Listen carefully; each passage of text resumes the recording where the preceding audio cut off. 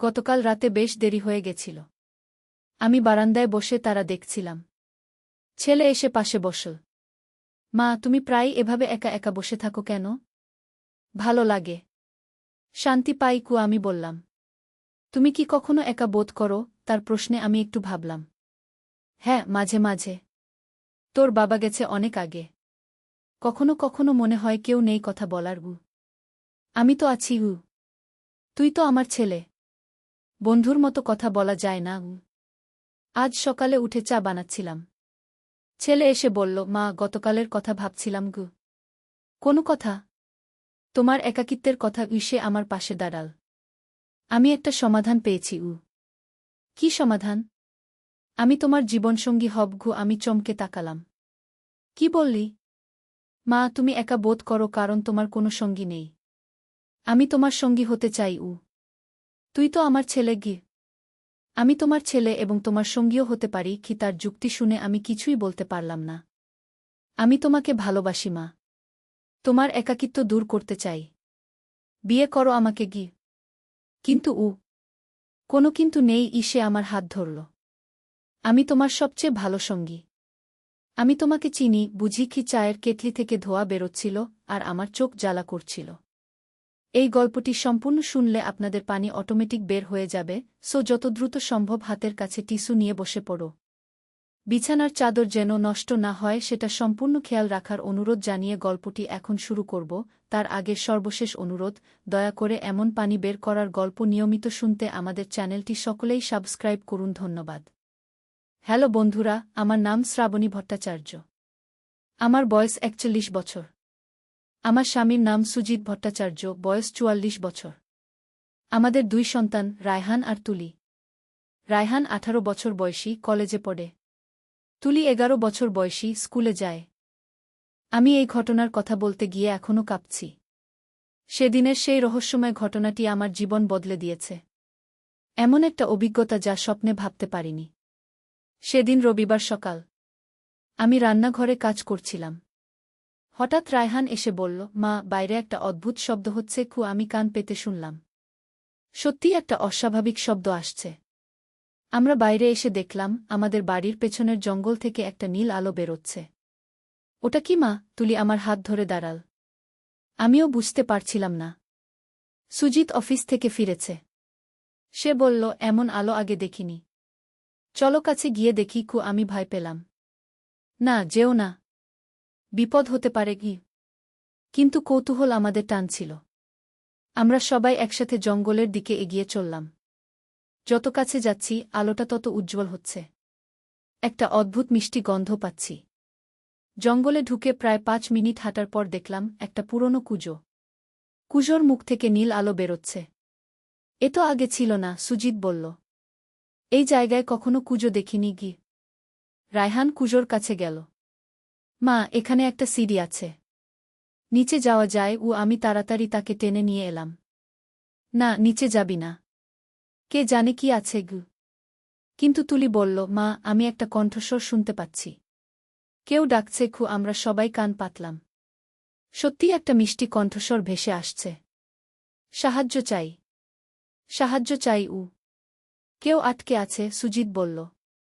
আমাদের সাহায্য করতে হবে। আমি রাজি হলাম না। না, এটা কোনো ফাঁদ হতে পারে। বাড়ি চলো। কিন্তু সেই কণ্ঠস্বর আবার ভেসে এলো। দয়া করে। আমি অনেক দিন আটকে আছি। সাহায্য করুন। এবার আমার মনও নরম হল। একজন মানুষ যদি সত্যিই বিপদে থাকে। রায়হান একটা দড়ি নিয়ে এসেছিল। মা, আমি নিচে যাব। তোমরা দড়ি ধরে রাখো। আমি চিন্তিত হলাম। কিন্তু সেই কণ্ঠস্বর ক্রমাগত সাহায্য চাইছে। আমরা রায়হানকে দড়ি দিয়ে কুজোতে নামালাম। নিচে নেমে সে চিৎকার করে বলল, মা, এখানে একটা বুড়ি আছে। খুব দুর্বল। কে সে? কি করে সেখানে পড়ল? আমি উপর থেকে জিজ্ঞাসা করলাম। রায়হান বলল, সে বলছে তার নাম কমলা। ২০ বছর আগে এখানে পড়েছে। ২০ বছর? এতদিন এখানে কিভাবে বেঁচে আছে? আমার মাথা ঘুরতে লাগল। তাড়াতাড়ি তাকে উপরে নিয়ে এসো। রায়হান বুড়িকে দড়ি দিয়ে বেঁধে উপরে তুল। আমরা সবাই মিলে তাকে টানলাম। একজন শীর্ণকায় বুড়ি। তার চোখ দুটো উজ্জ্বল নীল, ঠিক কুশোর আলোর মতো। ধন্যবাদ, সে কাপা কণ্ঠে বলল। আমি অনেকদিন এই মুক্তির অপেক্ষায় ছিলাম। কি তার পোশাক পুরনো কিন্তু ছেঁড়া নেই। কিভাবে সম্ভব? আমি তাকে জল দিলাম। সে পান করার পর বলল, তোমরা আমাকে উদ্ধার করেছ। এর বিনিময়ে তোমাদের একটা উপহার দেব। সে তার পকেট থেকে একটা ছোট নীল পাথর বের করল। এটা একটা ইচ্ছাপূরণকারী পাথর। যে এটা স্পর্শ করবে তার একটা ইচ্ছা পূরণ হবে। কিন্তু সাবধান, ইচ্ছাটা ভেবেচিন্তে করবে। তুলি হাত বাড়াল। আমি স্পর্শ করব। কিন্তু বুড়ি বলল, না, ছোটরা পারবে না। বড়দের ইচ্ছাই কেবল পূরণ হয়। সুজিত পাথরটা নীল। আমার ইচ্ছা আমাদের পরিবার যেন সবসময় সুখে থাকে। পাথরটা উজ্জ্বল হয়ে উঠল। তারপর ধীরে ধীরে আলো নিভে গেল। বুড়ি হাসল। তোমার ইচ্ছা পূরণ হবে, কিন্তু একটা শর্ত আছে। এই পাথর কাউকে দেখাবে না, গোপন রাখবে। এই বলে সে আবার কুজোর দিকে হাঁটতে শুরু করল। তুমি কোথায় যাচ্ছ? আমি জিজ্ঞাসা করলাম। আমার কাজ শেষ, এবার আমি যাব। কুজোর কাছে গিয়ে সে ভেতরে ঝাঁপ দিল। আমরা দৌড়ে গিয়ে নিচে তাকালাম, কিন্তু কিছুই দেখলাম না। কুজোর তলা দেখা যাচ্ছে না, শুধু গভীর অন্ধকার। মা, বুড়ি কোথায় গেল? তুলি আমার হাত টানল। আমিও বুঝতে পারছিলাম না মানুষ কিভাবে এভাবে অদৃশ্য হয়। হঠাৎ কুজোর আলো নিভে গেল। চারদিক স্বাভাবিক হয়ে এলো। মনে হচ্ছে কিছুই হয়নি, কিন্তু সুজিতের হাতে পাথরটা আছে। বাড়ি ফিরে আমরা সেই রহস্যময় ঘটনার কথা ভাবছিলাম। এটা কি স্বপ্ন ছিল নাকি বাস্তব? কিন্তু পাথরটা তো আছে। পরের দিন থেকে আমাদের জীবনে অদ্ভুত পরিবর্তন আসতে শুরু করল। সুজিতের অফিসে প্রমোশন হল। রায়হানের পরীক্ষার ফলাফল খুব ভালো এলো। তুলি স্কুলে প্রথম হল। আমার মনে হতে লাগল সত্যিই পাথরের জাদু কাজ করছে। আমাদের পরিবার সুখী হচ্ছে। কিন্তু একদিন রায়হান বলল, মা, আমি সেই কুশোর কাছে আবার যেতে চাই। আমি মানা করলাম। না, আর যাবে না ওখানে। কিন্তু কেন মা? আমার কৌতূহল হচ্ছে। বুড়িকে ছিল কিভাবে ২০ বছর কুজোতে বেঁচে রইল? আমিও এই প্রশ্নগুলো নিয়ে ভাবছিলাম। একদিন সন্ধ্যায় আমি একাই কুজোর কাছে গেলাম, কিন্তু অবাক হয়ে দেখলাম কোনো কুজো নেই। জায়গাটা সমতল। এটা কিভাবে সম্ভব? আমি চারদিক দেখলাম, কিন্তু কুশোর কোনো চিহ্নই নেই। মনে হচ্ছে এখানে কখনো কুজো ছিলই না। আমি দৌড়ে বাড়ি গেলাম। সুজিতকে বললাম। সে বলল, হয়তো আমরা ভুল জায়গায় এসেছি। কিন্তু আমি নিশ্চিত এই জায়গাতেই কুজো ছিল। পরের দিন আমরা সবাই মিলে আবার গেলাম। সত্যিই কোনো কুজো নেই। রায়হান বলল, মা, তাহলে ওই বুড়িকে ছিল? আমরা কাকে উদ্ধার করেছি? এই প্রশ্নের কোনো উত্তর আমাদের কাছে নেই। কিন্তু পাথরটা এখনও সুজিতের কাছে আছে। আর আমাদের জীবনে ভালো ঘটনা ঘটতেই থাকে। কয়েক মাস পর আমাদের পাশের বাড়ির বুড়ো কাকা এলেন। তিনি বললেন, তোমাদের বাড়ির পেছনে যে জায়গায় তোমরা যাও, ওখানে নাকি ৫০ বছর আগে একটা কুজো ছিল। সত্যি? আমি উৎসুক হলাম। হ্যাঁ, তখন এক বুড়ি ওই কুজোতে পড়ে মরেছিল। তার নাম কমলা ছিল। লোকে বলে তার আত্মা এখনও ওখানে ঘোরে। আমার মাথা ঝিমঝিম করতে লাগল। তাহলে আমরা কি একটা আত্মার সাথে কথা বলেছিলাম? যে বুড়িকে আমরা উদ্ধার করেছি সে কি ভূত ছিল? রাতে আমার ঘুম এলো না। ভাবতে লাগলাম, আমরা কি ভুল করেছি? ভূতের দেওয়া পাথর দিয়ে ইচ্ছা পূরণ করা কি ঠিক? পরের দিন সকালে আমি দেখলাম সুজিতের হাত থেকে পাথরটা অদৃশ্য হয়ে গেছে। সে বলল, গতকাল রাতে পাথরটা আলো হয়ে উঠেছিল, তারপর হাওয়ায় মিশে গেছে। তাহলে কি আমাদের ইচ্ছা আর পূরণ হবে না? তুলি জিজ্ঞাসা করল। আমি বুঝলাম, আমাদের ইচ্ছা ইতিমধ্যে পূরণ হয়েছে। আমাদের পরিবার সুখী। সবার জীবনে ভালো ঘটনা ঘটেছে। এখন পাথরের প্রয়োজন নেই। কিন্তু এই রহস্যের সমাধান আমরা কখনো পাইনি। কমলা বুড়ি সত্যিই কে ছিল? সে কিভাবে ২০ বছর কুজোতে বেঁচে রইল? কুজোটাই বা কোথায় গেল? এই প্রশ্নগুলো আমাদের মনে এখনো রয়েছে। হয়তো কোনো দিন এর উত্তর পাব, হয়তো পাব না। কিন্তু এই ঘটনা আমাদের শিখিয়েছে, পৃথিবীতে এমন অনেক রহস্য আছে যা আমরা বুঝতে পারি না। আর হ্যাঁ, আমাদের পরিবার এখনো সুখে আছে। সুজিতের ব্যবসা ভালো চলছে। রায়হান ভালো কলেজে ভর্তি হয়েছে। তুলি স্কুলে টপার। আমিও সুস্থ আছি। মাঝে মাঝে মনে হয় কমলা বুড়ি হয়তো সত্যিই একজন ভালো আত্মা ছিল, যে আমাদের সাহায্য করেছে। তার আশীর্বাদেই আমরা এত সুখী। কিন্তু এই রহস্যের সত্যতা কি তা আমরা কখনো জানতে পারব না। তবে আমি বিশ্বাস করি ভালো কাজের ভাল ফল হয়। আমরা একজন অসহায়কে সাহায্য করেছিলাম। সেই কারণেই আমাদের জীবনে ভালো ঘটনা ঘটেছে। কিন্তু আমাদের গল্প এখানেই শেষ নয়। আরও অনেক রহস্যময় ঘটনা আমাদের জন্য অপেক্ষা করছিল। 1 মাস পর আমি রান্নাঘরে কাজ করছিলাম। হঠাৎ তুলি দৌড়ে এসে বলল, মা, আমাদের বাগানে একটা অদ্ভুত গাছ গজিয়েছে। আমি বাইরে গিয়ে দেখলাম সত্যিই একটা নতুন গাছ। কিন্তু এই গাছের পাতাগুলো নীল রঙের। এটা কিভাবে এলো? সুজিত কাছ থেকে এসে জিজ্ঞাসা করল। আমরা কেউ এই গাছ লাগাইনি। আর নীল পাতার গাছ তো আগে দেখিনি। রায়হান গাছের কাছে গিয়ে বলল, মা, এই গাছে ফুল ফুটেছে। কিন্তু ফুলগুলোও নীল। আমি কাছে গিয়ে দেখলাম সত্যিই এমন সুন্দর নীল ফুল আগে দেখিনি। এই গাছ থেকে একটা মিষ্টি গন্ধ আসছে, তুলি বলল। আমিও গন্ধটা পেলাম।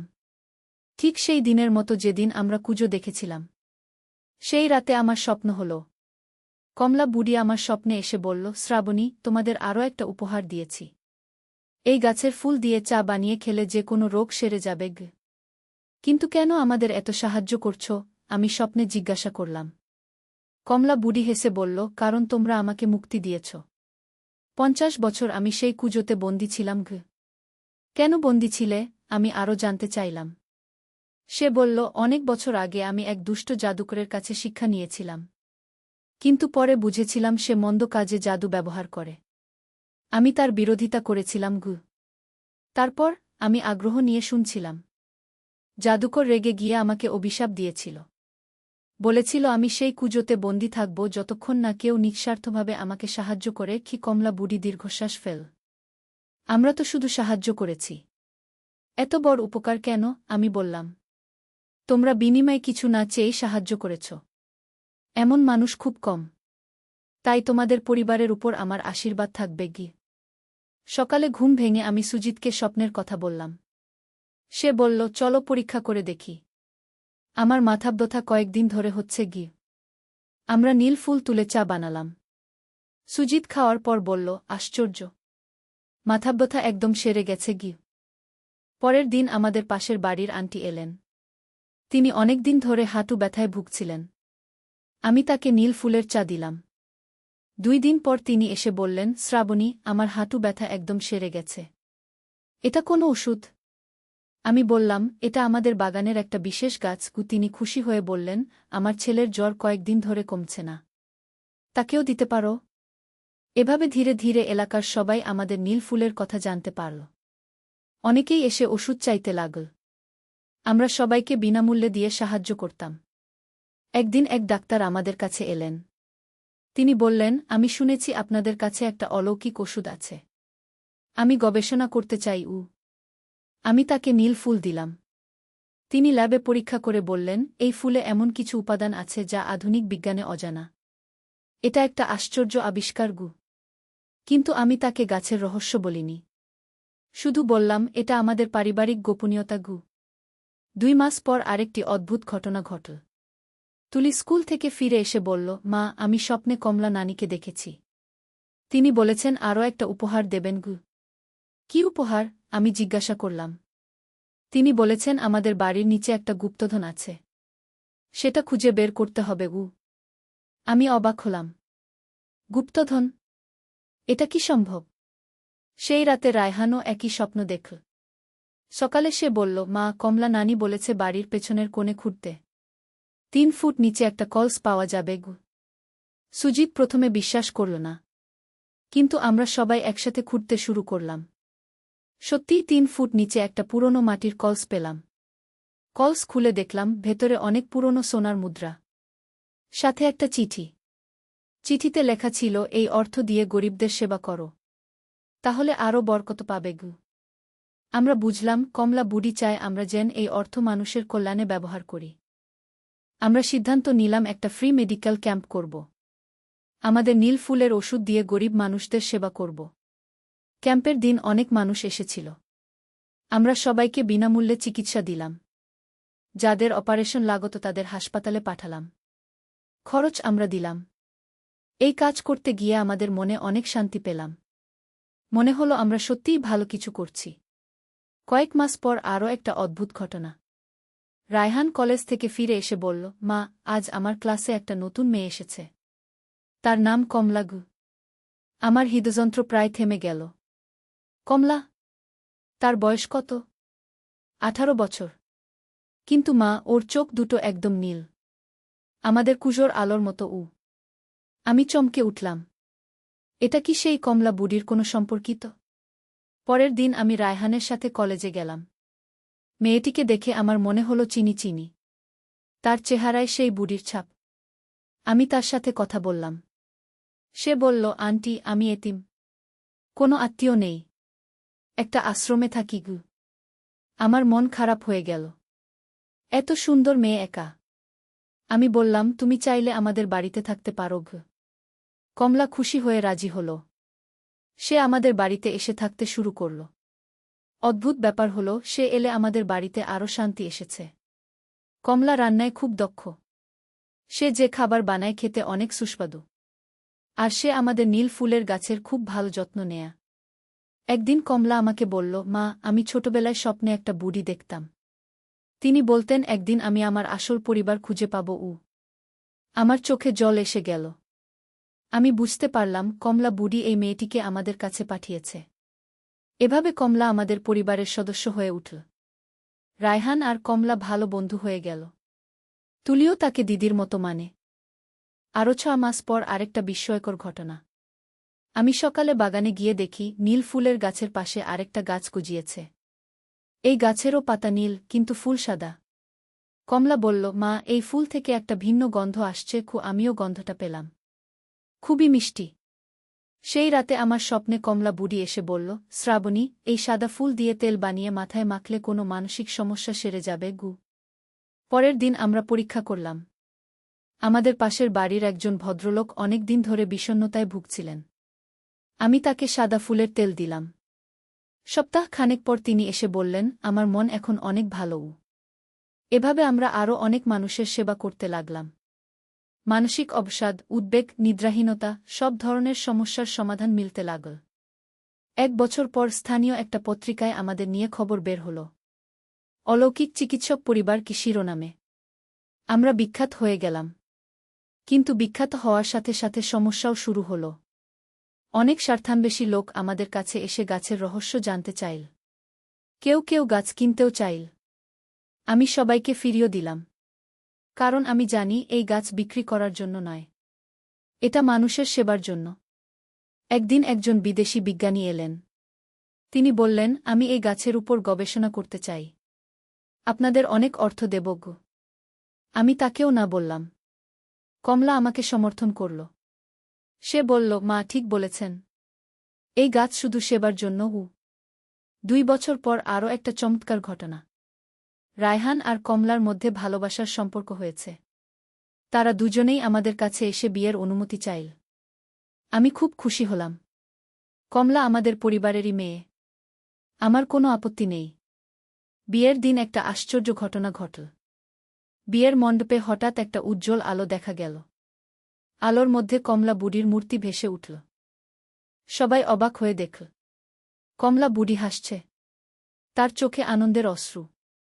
তিনি আশীর্বাদের হাত তুলে ধীরে ধীরে অদৃশ্য হয়ে গেলেন। কমলা মেয়েটি কাঁদতে লাগল। সে বলল, আমি জানি উনি কে। আমার স্বপ্নের সেই বুড়ি। আমার আসল দাদি। আমি বুঝতে পারলাম কমলা বুড়ি তার নিজের নাতনিকেই আমাদের কাছে পাঠিয়েছিল। বিয়ের পর রায়হান আর কমলা আমাদের সাথেই থাকল। তারা দুজনেই মানুষের সেবায় নিয়োজিত থাকল। আরও 1 বছর পর তুলিও বড় হয়ে গেল। সে মেডিকেল কলেজে ভর্তি হল। বলল, মা, আমি ডাক্তার হয়ে আরও বেশি মানুষের সেবা করব গো। এরপর আরও অনেক বছর কেটে গেল।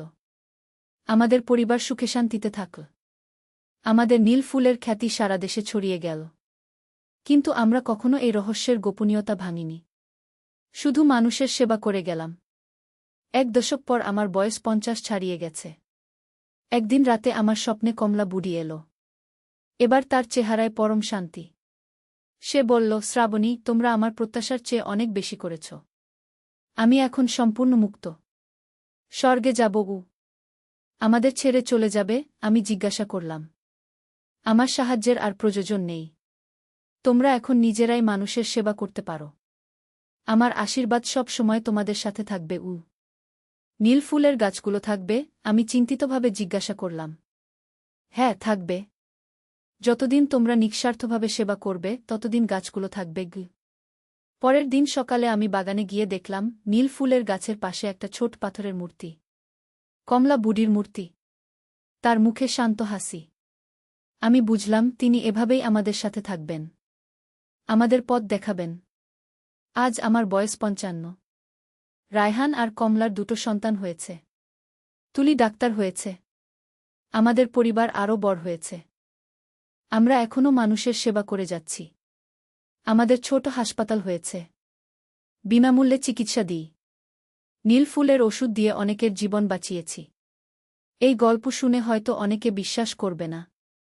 কিন্তু আমি জানি এসব সত্যি। আমি নিজে দেখেছি, অনুভব করেছি। জীবনে এমন অনেক রহস্য আছে যা আমরা বুঝতে পারি না। কিন্তু যদি আমরা ভালো কাজ করি, নিঃস্বার্থভাবে মানুষের সেবা করি, তাহলে জীবন আমাদের অনেক উপহার দেয়া। আমাদের গল্প এখানেই শেষ। কিন্তু আমাদের সেবার কাজ চলতেই থাকবে। যতদিন বেঁচে থাকব, মানুষের উপকার করে যাব। এই গল্প থেকে যদি কেউ শিক্ষা নেয়, তাহলে আমার কষ্ট সার্থক হবে। মানুষকে সাহায্য করুন, নিঃস্বার্থ থাকুন। জীবন আপনাকেও অনেক সুন্দর উপহার দেবে। ধন্যবাদ সবাইকে আমার এই দীর্ঘ গল্প শোনার জন্য। আশা করি ভাল লেগেছে। পূজার দিন ছেলে আমাকে মন্দিরে নিয়ে গেল। প্রসাদ নিয়ে বাড়ি ফেরার পথে হঠাৎ সে থেমে গেল। একটা ফুলের দোকান থেকে একগোছা জুঁই কিনল। বলল, মা, তোমার চুলে দেব। আমি বললাম, এত রাতে কেন? সে আমার চুল ছেড়ে দিয়ে ফুল গুছতে গুছতে বলল, কারণ তুমি আমার দেবী। পাশ দিয়ে যাওয়া মানুষগুলো আমাদের দেখছিল। একজন বৃদ্ধ মহিলা হাসতে হাসতে বলল, কি সুন্দর জুটি। ছেলে কানে কানে বলল, মা, উনি ভুল বলেননি। বাড়ি পৌঁছে ছাদে উঠলাম। চাঁদের আলোতে সে আমার সামনে হাঁটু গেড়ে বসে বলল, মা, আমি তোমাকে বিয়ে করার জন্যই এই পৃথিবীতে জন্মেছি। ঈশ্বরের কাছে প্রার্থনা করেছি আজ, যেন তুমি আমার প্রস্তাব রাজি হও। জুঁই ফুলের গন্ধে আমার মাথা ঘুরছিল। তার চোখে যে দৃঢ়তা দেখলাম, তাতে মনে হল সে সত্যিই বিশ্বাস করে এই কথা। প্রসাদের পোটলা আমার হাতে ছিল, কিন্তু মন কোথায় যেন হারিয়ে গেল উ। এই গল্পটি সম্পূর্ণ শুনলে আপনাদের পানি অটোমেটিক বের হয়ে যাবে, সো যত দ্রুত সম্ভব হাতের কাছে টিস্যু নিয়ে বসে পড়ো। বিছানার চাদর যেন নষ্ট না হয় সেটা সম্পূর্ণ খেয়াল রাখার অনুরোধ জানিয়ে গল্পটি এখন শুরু করব। তার আগে সর্বশেষ অনুরোধ, দয়া করে এমন পানি বের করার গল্প নিয়মিত শুনতে আমাদের চ্যানেলটি সকলেই সাবস্ক্রাইব করুন। ধন্যবাদ। হ্যালো বন্ধুরা, আমার নাম মাধুরী দাস। আমার বয়স ৪০ বছর। আমার স্বামীর নাম প্রদীপ দাস, বয়স ৪৩ বছর। আমাদের ২ সন্তান, রাহুল আর পায়েল। রাহুল ১৮ বছর বয়সী, কলেজে পড়ে। পায়েল ১৩ বছর বয়সী, স্কুলে যায়। আজ আমি যে গল্পটা বলতে যাচ্ছি সেটা আমার জীবনের সবচেয়ে রহস্যজনক এবং অদ্ভুত অভিজ্ঞতা। এই ঘটনা ঘটেছিল গত বছর শীতকালে। আমার ছেলে রাহুল তখন কলেজে ফার্স্ট ইয়ারে পড়ত। সেদিন দুর্গাপূজার অষ্টমী। আমরা সবাই মিলে পাড়ার পূজা মণ্ডপে গিয়েছিলাম। রাহুল আমাকে বলল, মা, আজ আমি তোমাকে একটা বিশেষ জায়গায় নিয়ে যেতে চাই। আমি অবাক হয়ে জিজ্ঞাসা করলাম, কোথায়? সে রহস্যের হাসি দিয়ে বলল, গেলেই জানতে পারবে গু। প্রদীপ তখন মেয়েকে নিয়ে বাড়ি চলে গেল। রাহুল আমার হাত ধরে নিয়ে চলল অন্যদিকে। আমি বললাম, রাহুল, এত রাতে কোথায় যাচ্ছিস? কিন্তু সে শুধু হেসে বলল, মা, তুমি আমাকে বিশ্বাস করো। হাঁটতে হাঁটতে আমরা একটা পুরানো মন্দিরের সামনে পৌঁছালাম। মন্দিরটা ছিল শহরের একেবারে প্রান্তে। চারদিকে গাছপালা আর নিস্তব্ধ। আমি ভয় পেয়ে গেলাম। কি ধরনের বিপদ? রাহুল আমার হাত শক্ত করে ধরে বলল, মা, আমি জানি না। কিন্তু আমি প্রতিদিন তোমার জন্য প্রার্থনা করছি। আর দেবী মা আমাকে বলেছেন যে আগামী পূর্ণিমার রাতে তোমাকে বিশেষ যত্ন নিতে হবে গু। আমার মনে হাজারো প্রশ্ন খেলা করছিল। কিন্তু রাহুলের চোখে যে দৃঢ় বিশ্বাস দেখলাম, তাতে মনে হল সে সত্যিই কিছু একটা জানে। মা, চলো আজ আমরা একসাথে মায়ের কাছে প্রার্থনা করি। রাহুল আমার হাত ধরে মন্দিরের ভেতরে নিয়ে গেল। মন্দিরের ভেতরে একটা ছোট্ট দেবী মূর্তি ছিল। সামনে কয়েকটা প্রদীপ জ্বলছিল। রাহুল আমার পাশে বসে প্রার্থনা করতে লাগল। আমিও তার সাথে প্রার্থনা করলাম। প্রার্থনা শেষে রাহুল বলল, মা, এখন আমরা বাড়ি যাই। কিন্তু মনে রেখো, আগামী পূর্ণিমার রাত পর্যন্ত তুমি খুব সাবধানে থাকবে। কোথাও একা যাবে না গি। বাড়ি ফেরার পথে আমার মন অস্থির হয়ে উঠল। রাহুলের কথাগুলো আমার মাথায় ঘুরপাক খাচ্ছিল। সে কি জানে যা আমি জানি না? পরের দিন সকালে প্রদীপ অফিস চলে গেল। পায়েল স্কুল গেল। রাহুল কলেজ যাওয়ার আগে আমাকে বলল, মা, আজ তুমি কোথাও বের হবে না, বাড়িতেই থাকবে গি। আমি অবাক হয়ে বললাম, কেন? রাহুল গম্ভীর মুখে বলল, মা, আমার মন বলছে আজ তোমার জন্য ভালো দিন নয়। তুমি দয়া করে বাড়িতেই থাকো গু। রাহুল চলে যাওয়ার পর আমি একা একা ভাবতে লাগলাম, আমার ছেলে কি সত্যিই ভবিষ্যৎ দেখতে পায়, নাকি এসব তার কল্পনা? দুপুরের দিকে আমার বান্ধবী সুমিত্রা ফোন করল। মাধুরী, চলো আজ বাজারে যাই। অনেকদিন একসাথে বের হইনি গো। আমি রাহুলের কথা মনে করে বললাম, না সুমিত্রা, আজ আমি বাড়িতে থাকব গো। সুমিত্রা অবাক হয়ে বলল, কেন? তুমি তো রোজ বাজারে যাও। আমি মিথ্যা বললাম, আজ খুব মাথা ব্যথা। দিনটা কেটে গেল। বিকেলে রাহুল কলেজ থেকে ফিরে এসে আমাকে দেখেই খুশি হয়ে বলল, মা, তুমি বাড়িতেই ছিলে তো? আমি বললাম, হ্যাঁ গু। রাহুল স্বস্তির নিঃশ্বাস ফেলে বলল, খুব ভালো। আজ একটা বড় দুর্ঘটনা এড়িয়ে গেছে কু। আমি জিজ্ঞাসা করলাম, কি দুর্ঘটনা? রাহুল বলল, আজ দুপুরে শহরের মেইন রোডে একটা ভয়াবহ বাস দুর্ঘটনা হয়েছে। ৩ জন মারা গেছে। আর যেই সময়টায় দুর্ঘটনা হয়েছে ঠিক সেই সময় তুমি যদি বাজারে যেতে তাহলে গু। আমার গায়ে কাঁটা দিয়ে উঠল। রাহুল কি করে জানল যে আমি আজ বাজারে যেতে চেয়েছিলাম? মা, আমি তোমাকে আগেই বলেছি। দেবী মা আমাকে সব জানিয়ে দেন। তুমি আমার কথা মেনে চললে তোমার কোনো ক্ষতি হবে না গি। সেদিন রাতে খাওয়ার সময় প্রদীপ বলল, মাধুরী, আজ অফিসে শুনলাম যে মেইন রোডে বড় দুর্ঘটনা হয়েছে। ভাগ্যিস তুমি আজ বাজারে যাওনি গু। রাহুল আমার দিকে মানে ভরা চোখে তাকাল। আমি বুঝতে পারছিলাম যে আমার ছেলের মধ্যে সত্যিই কিছু অস্বাভাবিক ক্ষমতা আছে। পরের কয়েকদিন রাহুল আমার প্রতিটি পদক্ষেপের ব্যাপারে সতর্ক থাকল। প্রতিদিন সকালে বের হওয়ার আগে আমাকে বলল, কোনো দিকে যাব না, কোনো রাস্তা ব্যবহার করব না। একদিন আমি রাহুলকে জিজ্ঞাসা করলাম, তুই কি করে এসব জানিস? রাহুল গম্ভীর হয়ে বলল, মা, ছোটবেলা থেকেই আমি অদ্ভুত স্বপ্ন দেখি। প্রথমে মনে করতাম এগুলো শুধু স্বপ্ন। কিন্তু যখন দেখলাম যে আমার স্বপ্নের অনেক কিছুই সত্যি হয়ে যাচ্ছে, তখন বুঝলাম যে এটা কোনো সাধারণ বিষয় নয় গ। তুই কি দেখিস স্বপ্নে?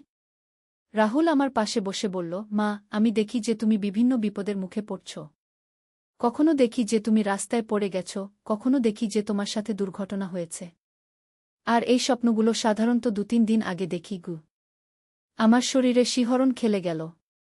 তাহলে তুই প্রতিদিন আমার জন্য চিন্তায় থাকিস? রাহুল আমার হাত ধরে বলল, মা, তুমি আমার সবকিছু। তোমার কোনো ক্ষতি হলে আমি বাঁচব না। তাই দেবী মা আমাকে এই ক্ষমতা দিয়েছেন যেন আমি তোমাকে রক্ষা করতে পারি। সেদিন রাতে আমি প্রদীপকে সব কিছু বললাম। প্রদীপ প্রথমে বিশ্বাস করেনি। কিন্তু যখন আমি তাকে গত কয়েকদিনের ঘটনাগুলো বললাম, তখন সেও অবাক হয়ে গেল। মাধুরী, রাহুল সত্যিই অস্বাভাবিক কিছু দেখতে পায় বলে মনে হচ্ছে। আমরা তার কথা মেনে চলব গো। এভাবে কয়েকদিন কেটে গেল। অবশেষে পূর্ণিমার রাত এল। রাহুল সেদিন বিশেষভাবে উদ্বিগ্ন ছিল। মা, আজকের রাতটা খুব গুরুত্বপূর্ণ। আজ তোমাকে আমার কাছ থেকে এক মুহূর্ত দূরে যেতে দেব না গি। রাতে খাওয়ার পর আমরা সবাই বসে টিভি দেখছিলাম। হঠাৎ করে রাহুল উঠে দাঁড়িয়ে বলল, মা, উঠো। আমাদের ছাদে যেতে হবে। এখন? এত রাতে কেন? রাহুল আমার হাত ধরে বলল, মা, দয়া করে আমাকে বিশ্বাস করো। আজ রাতে তোমার জীবনের সবচেয়ে বড় বিপদ আসতে পারে। কিন্তু যদি আমি সঠিক সময়ে সঠিক জায়গায় তোমাকে রাখতে পারি, তাহলে সব ঠিক হয়ে যাবে গু। আমি রাহুলের সাথে ছাদে উঠলাম। পূর্ণিমার চাঁদ আকাশে উজ্জ্বল হয়ে জ্বলছিল। রাহুল আমাকে নিয়ে ছাদের একটা কোণে বসল। মা, আজ রাতে আমরা এখানেই থাকব, যতক্ষণ না রাত শেষ হয় গ। আমি অবাক হয়ে বললাম, কিন্তু কেন? রাহুল আকাশের দিকে তাকিয়ে বলল, মা, আজ রাতে যদি তুমি বাড়ির ভেতরে থাকতে, তাহলে একটা বড় দুর্ঘটনা হতো। রাত ২টার সময় হঠাৎ করে একটা কাঁপুনি অনুভব করলাম। মনে হলো যেন পুরো বাড়িটা কেঁপে উঠল। রাহুল তৎক্ষণাৎ আমাকে শক্ত করে জড়িয়ে ধরল। মা, ভয় পেও না। এটা প্রাকৃতিক। কয়েক সেকেন্ড পর আবার একটা কাঁপুনি এলো। এবার আরও জোরে। আমি বুঝতে পারলাম যে এটা ভূমিকম্প। রাহুল, ভূমিকম্প? আমাদের নিচে যেতে হবে গু। কিন্তু রাহুল আমাকে আরও জোরে ধরে রাখল। না মা, আমরা এখানেই থাকব। বাড়ির ভেতরে গেলে বিপদ গু। ভূমিকম্প প্রায় 10 মিনিট চলেছিল। এরপর সব শান্ত হয়ে গেল। আমরা নিচে নেমে দেখলাম যে আমাদের বাড়ির কোনো ক্ষতি হয়নি। কিন্তু পাশের বাড়ির একটা দেয়াল ভেঙে গেছে। প্রদীপ আর পায়েল ভয় পেয়ে গিয়েছিল। কিন্তু তারা নিরাপদে ছিল। মা, রাহুল আমার কাছে এসে বলল, দেখেছ? যদি আমরা বাড়ির ভেতরে থাকতাম তাহলে হয়তো আমাদের ক্ষতি হতো। দেবীমা আমাকে আগেই জানিয়ে দিয়েছিলেন গু। সেই রাতের পর থেকে আমি রাহুলের উপর সম্পূর্ণ আস্থা রাখতে শুরু করলাম। সে সত্যিই আমার রক্ষক। এরপর থেকে রাহুল আমার প্রতিটি বিপদ থেকে আমাকে রক্ষা করেছে। কখনো বলেছে কোনো রাস্তা দিয়ে যেতে, কখনো বলেছে বাড়িতে থাকতে। একদিন আমি রাহুলকে জিজ্ঞাসা করলাম, তুই কি সত্যিই মনে করিস যে তুই আমাকে রক্ষা করার জন্যই জন্মেছিস? রাহুল মাথা নেড়ে বলল, মা, এটা আমার দৃঢ় বিশ্বাস। তুমি আমার মা, আর আমি তোমার রক্ষক। এটাই আমাদের নিয়তি গু। আজ পর্যন্ত রাহুল আমার যত্ন নিয়ে চলেছে। সে এখনও প্রতিদিন মন্দিরে গিয়ে আমার জন্য প্রার্থনা করে। আর আমিও প্রতিদিন ঈশ্বরের কাছে কৃতজ্ঞতা জানাই যে তিনি আমাকে এমন একটি সন্তান দিয়েছেন। রাহুলের এই অস্বাভাবিক ক্ষমতার কথা আমরা আর কাউকে বলিনি। শুধু আমাদের পরিবারের মধ্যেই সীমাবদ্ধ রেখেছি। কারণ মানুষ হয়তো বিশ্বাস করবে না। কিন্তু আমি জানি যে আমার ছেলে রাহুল একটি বিশেষ উপহার নিয়ে জন্মেছে। সে আমার জীবনের সবচেয়ে বড় আশীর্বাদ। তার ভালোবাসা আর যত্নের কারণেই আজ আমি নিরাপদে আছি। প্রতিদিন যখন রাহুল আমাকে বলে, মা, আমি তোমাকে ভালোবাসি, তখন আমার মনে হয় যে পৃথিবীতে আমার চেয়ে ভাগ্যবান মা আর নেই। আর এই কারণেই রাহুল যখন সেদিন বলেছিল, আমি তোমাকে বিয়ে করার জন্যই জন্মেছি, তখন আসলে সে বোঝাতে চেয়েছিল যে সে আমার সাথে জীবনভর থেকে আমাকে রক্ষা করার অঙ্গীকার করেছে। একটি সন্তানের মায়ের প্রতি এর চেয়ে বড় ভালোবাসা আর কি হতে পারে? এই গল্প শুনে হয়তো অনেকে বিশ্বাস নাও করতে পারেন। কিন্তু যারা মা, তারা জানেন যে সন্তানের ভালোবাসা কতটা গভীর হতে পারে। আর কখনো কখনো এই ভালোবাসা এমন রূপ নেয় যা আমাদের সাধারণ বোঝাপড়ার বাইরে। আমার রাহুল আমার গর্ব, আমার ভালোবাসা, আর সবচেয়ে বড় কথা, আমার রক্ষক। আর আমি প্রতিদিন ঈশ্বরের কাছে প্রার্থনা করি যেন রাহুলের এই বিশেষ ক্ষমতা সবসময় আমাদের মঙ্গলের জন্যই ব্যবহৃত হয়। এই ছিল আমার জীবনের সবচেয়ে অবিশ্বাস্য কিন্তু সত্যি ঘটনা। কিন্তু গল্পটা এখানেই শেষ নয়। এরপর যা ঘটেছিল সেটা আরও রহস্যজনক। সেই ভূমিকম্পের ঘটনার প্রায় 1 মাস পর একদিন রাহুল কলেজ থেকে ফিরে এসে আমাকে বলল, মা, আজ আমার একটা অদ্ভুত স্বপ্ন দেখেছি। কি স্বপ্ন? আমি উৎসুক হয়ে জিজ্ঞাসা করলাম। রাহুল গম্ভীর মুখে বলল, মা, আমি দেখেছি যে আমাদের বাড়িতে একটা গোপন কক্ষ আছে। সেই কক্ষে পুরানো কিছু জিনিস লুকিয়ে রাখা আছে যেগুলো আমাদের পরিবারের ইতিহাসের সাথে জড়িত। আমি অবাক হয়ে বললাম, কোনো গোপন কক্ষ? আমি তো এই বাড়িতে 20 বছর ধরে আছি। রাহুল বলল, মা, স্বপ্নে দেখেছি যে আমাদের বাড়ির নিচতলার স্টোর রুমের দেয়ালের পেছনে একটা লুকানো দরজা আছে। সেই দরজার পেছনে একটা ছোট কক্ষ আছে। আমার কৌতূহল বেড়ে গেল। চলো দেখি। রাহুল আমাকে নিয়ে স্টোর রুমে গেল। সেখানে পুরানো আসবাবপত্র আর বাক্সপেটরা রাখা ছিল। রাহুল দেয়ালের দিকে তাকিয়ে বলল, মা, এই দেয়ালের পেছনে কি? আমি দেয়ালে হাত দিয়ে দেখলাম। সাধারণ দেয়ালই মনে হচ্ছিল। কিন্তু রাহুল একটা নির্দিষ্ট জায়গা চাপ দিল। হঠাৎ করে একটা ছোট অংশ ভেতরের দিকে ঢুকে গেল। এটা কি? আমি চিৎকার করে উঠলাম। রাহুল আরও জোরে চাপ দিল। একটা লুকানো দরজা খুলে গেল। ভেতরে একটা ছোট্ট কক্ষ দেখা গেল। আমরা টর্চ নিয়ে ভেতরে ঢুকলাম। কক্ষটা খুবই ছোট, প্রায় 4 ফুট বাই 6 ফুট। ভেতরে একটা পুরানো কাঠের বাক্স রাখা ছিল। রাহুল বাক্সটা খুলল। ভেতরে কিছু পুরানো কাগজপত্র, ছবি আর একটা ডায়েরি ছিল। আমি ডায়েরিটা হাতে নিয়ে দেখলাম। এটা ছিল আমার শ্বশুরমশাইয়ের লেখা। প্রদীপের বাবা মারা গিয়েছিলেন 10 বছর আগে। ডায়েরির প্রথম পাতায় লেখা ছিল, এই ডায়েরিতে আমাদের পরিবারের এক গোপন রহস্যের কথা লিখে রেখেছি। যদি কখনো আমাদের পরিবারের কেউ বিশেষ ক্ষমতার অধিকারী হয়ে জন্মায়, তাহলে সে এই ডায়েরি খুঁজে পাবে। আমার হৃদস্পন্দন বেড়ে গেল। রাহুল আমার কাঁধে হাত রেখে বলল, মা, মনে হচ্ছে দাদু আমার ব্যাপারেই লিখেছিলেন। আমি ডায়েরির পরবর্তী পাতাগুলো পড়তে শুরু করলাম। সেখানে লেখা ছিল, আমাদের পরিবারে প্রতি 3-4 প্রজন্ম পর পর একজন করে বিশেষ ক্ষমতাসম্পন্ন সন্তান জন্মায়। তারা ভবিষ্যৎ দেখতে পায়, বিপদ আঁচ করতে পায়। আমার দাদার এই ক্ষমতা ছিল। তিনি অনেকবার আমাদের পরিবারকে বিভিন্ন বিপদ থেকে রক্ষা করেছিলেন। এই ক্ষমতা একটা দায়িত্বের সাথে আসে। যার এই ক্ষমতা থাকে তার দায়িত্ব হল পরিবারের সবাইকে রক্ষা করা। বিশেষ করে তার মায়ের প্রতি থাকে বিশেষ দায়বদ্ধতা। আমার মনে হয় আমার নাতির মধ্যে এই ক্ষমতা থাকতে পারে।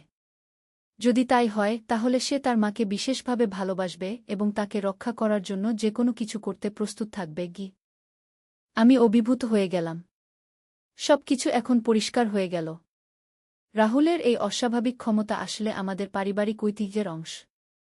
আমি রাহুলের দিকে তাকিয়ে বললাম, তুই সত্যিই বিশেষ? রাহুল হেসে বলল, মা, এটা কোনো অহংকারের বিষয় নয়। এটা আমার দায়িত্ব। ডায়েরিতে আরও লেখা ছিল যে এই ক্ষমতা শুধু পরিবারের মধ্যেই গোপন রাখতে হবে। বাইরের মানুষ জানলে তারা হয়তো বিশ্বাস করবে না অথবা ভুল বুঝবে। সেদিন রাতে আমি প্রদীপকে সব কিছু বললাম। প্রদীপ তার বাবার ডায়েরি পড়ে অবাক হয়ে গেল। বাবা কখনো আমাকে এসব বলেননি, প্রদীপ বলল। হয়তো ভেবেছিলেন যে তোমার মধ্যে এই ক্ষমতা নেই। কিন্তু রাহুলের মধ্যে আছে। এরপর থেকে আমাদের পরিবারে রাহুলকে নিয়ে একটা ভিন্ন মনোভাব তৈরি হল। সে আর শুধু আমাদের ছেলে ছিল না, সে ছিল আমাদের রক্ষক। পায়েল প্রথমে বিশ্বাস করতে পারেনি। কিন্তু একদিন যখন রাহুল তাকে স্কুল থেকে দেরি করে বাড়ি আসতে বারণ করল, আর সেদিন তার ক্লাসের বাস অ্যাক্সিডেন্ট করল, তখন সেও বুঝতে পারল যে তার দাদাভাইয়ের মধ্যে সত্যিই বিশেষ কিছু আছে।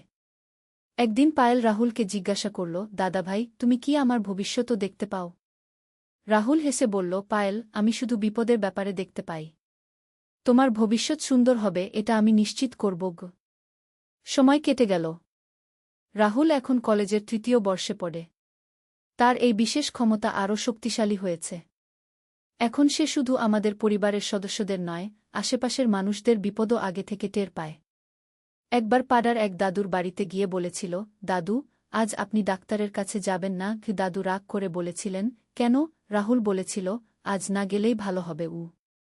পরে জানা গেল যে সেদিন ডাক্তারের চেম্বারে একটা বড় সমস্যা হয়েছিল। এক রোগী হার্ট অ্যাটাক করে অজ্ঞান হয়ে পড়েছিল। চেম্বারে তখন অনেক হইচই হয়েছিল। আস্তে আস্তে পাড়ার মানুষরা রাহুলকে অন্যরকম চোখে দেখতে শুরু করল। কেউ কেউ তাকে কি ভবিষ্যৎদ্রষ্টা বলে ডাকত। কিন্তু রাহুল এসব নিয়ে মাথা ঘামাত না। তার একটাই লক্ষ্য, পরিবারের সবাইকে নিরাপদ রাখা। একদিন আমি রাহুলকে জিজ্ঞাসা করলাম, তোর কি কষ্ট হয় না সবসময় সবার চিন্তা করতে? রাহুল আমার পাশে বসে বলল, মা, এটা আমার জীবনের উদ্দেশ্য। আমি এই জন্যই জন্মেছি। তোমাদের সবাইকে নিরাপদ দেখে আমার মনে শান্তি। কিন্তু তোর নিজের জীবন? রাহুল হেসে বলল, মা, তোমাদের সুখী আমার জীবন। আর কিছু লাগে না। গত মাসে রাহুল আমাকে বলেছিল যে আগামী বছর তার বিয়ের প্রস্তাব আসতে পারে। কিন্তু মা, আমি বিয়ে করলেও তোমার কাছেই থাকব। তোমার যত্ন নেওয়া আমার সবচেয়ে বড় দায়িত্ব। আমি বলেছিলাম, রাহুল, তুই বিয়ে করে তোর নিজের সংসার করবি। আমার জন্য চিন্তা করিস না। রাহুল মাথা নেড়ে বলেছিল, না মা, এটা সম্ভব না। আমি যাকে বিয়ে করব তাকে আগে থেকেই বুঝিয়ে দেব যে আমার মা আমার সবচেয়ে বড় অগ্রাধিকার। আজ যখন আমি এই গল্প বলছি, রাহুল কলেজে গেছে। কিন্তু যাওয়ার আগে আমাকে বলে গেছে, মা, আজ তুমি বিকেল ৫টার আগে বাজার থেকে ফিরে আসবে। আমি জানি যে রাহুলের কথা মানলে আমার কোনো ক্ষতি হবে না। সে আমার দেবদূত, আমার রক্ষক। প্রতিদিন সকালে রাহুল আমাকে বলে, মা, ভালো থেকো। আর প্রতিদিন রাতে বলে, মা, আজও তুমি নিরাপদে আছো। এটাই আমার সবচেয়ে বড় খুশির বিষয়। এমন একটি সন্তান পেয়ে আমি নিজেকে পৃথিবীর সবচেয়ে ভাগ্যবান মা মনে করি। রাহুল শুধু আমার ছেলে নয়, সে আমার জীবনের অভিভাবক।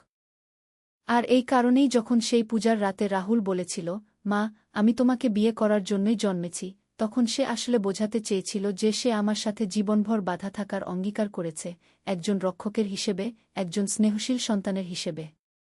এই গল্প আমার জীবনের সবচেয়ে অমূল্য অভিজ্ঞতা। আশা করি এই গল্প শুনে আপনারা বুঝতে পেরেছেন যে মায়ের প্রতি সন্তানের ভালোবাসা কতটা পবিত্র এবং গভীর হতে পারে। রাহুল আমার গর্ব, আমার আশীর্বাদ, আর আমার জীবনের সবচেয়ে বড় সম্পদ। আমি প্রতিদিন ঈশ্বরের কাছে কৃতজ্ঞতা জানাই এমন একটি অসাধারণ সন্তানের জন্য। সত্যের আলো। একটি ইসলামিক যুদ্ধের গল্প। প্রথম পর্ব, অন্ধকারের ছায়া। আন্দালুসিয়ার সুবজ পাহাড়ের কোলে, যেখানে জলপাই গাছের সারি আকাশের দিকে হাত বাড়িয়ে দাঁড়িয়ে আছে, সেখানেই ছিল ছোট্ট গ্রাম মারাকেশ। গ্রামটি ছিল শান্তি আর সম্প্রীতির এক অনন্য নিদর্শন। মুসলিম, খ্রিস্টান আর ইহুদি পরিবারগুলো একসাথে বসবাস করত, একে অপরের সুখ দুঃখে পাশে দাঁড়াত। গ্রামের মসজিদের ইমাম ছিলেন আবু ইউসুফ আল আন্দালুসি। তার বয়স ছিল 50-এর কোঠায়, কিন্তু চোখে ছিল তরুণের মতো উজ্জ্বলতা। দাড়িতে রূপালি সুতোর মতো সাদা চুল, কপালে সিজদার দাগ। তিনি শুধু একজন ধর্মীয় নেতাই ছিলেন না, ছিলেন গ্রামের সবার বিশ্বস্ত বন্ধু আর পরামর্শদাতা। আবু ইউসুফের ছিল 2 পুত্র। বড় ছেলে উমর, বয়স 25, দক্ষ তলবারবাজ আর ঘোড়সওয়ার। ছোট ছেলে আলী, মাত্র 18, কিন্তু কুরআন আর হাদিসে তার জ্ঞান ছিল অসাধারণ। 2 ভাইয়ের মধ্যে ছিল অটুট বন্ধন, একজন অন্যজনের জন্য প্রাণ দিতেও প্রস্তুত। একদিন সকালে, যখন ফজরের আজানের মধুর সুর গ্রামের বাতাসে ভেসে বেড়াচ্ছিল, তখনই এল সেই দুঃসংবাদ। গ্রামের প্রবেশপথে এসে হাজির হল এক আহত সৈনিক, তার গায়ে রক্তাক্ত কাপড়, চোখে আতঙ্ক। ইমাম সাহেব চিৎকার করে বলল সৈনিকটি, ক্রুসেডারদের বিশাল বাহিনী আসছে আমাদের দিকে। তারা সব মুসলিম গ্রাম জ্বালিয়ে দিচ্ছে, মানুষ হত্যা করছে। আমাদের প্রস্তুত হতে হবে। এই খবরে পুরো গ্রাম যেন স্তব্ধ হয়ে গেল।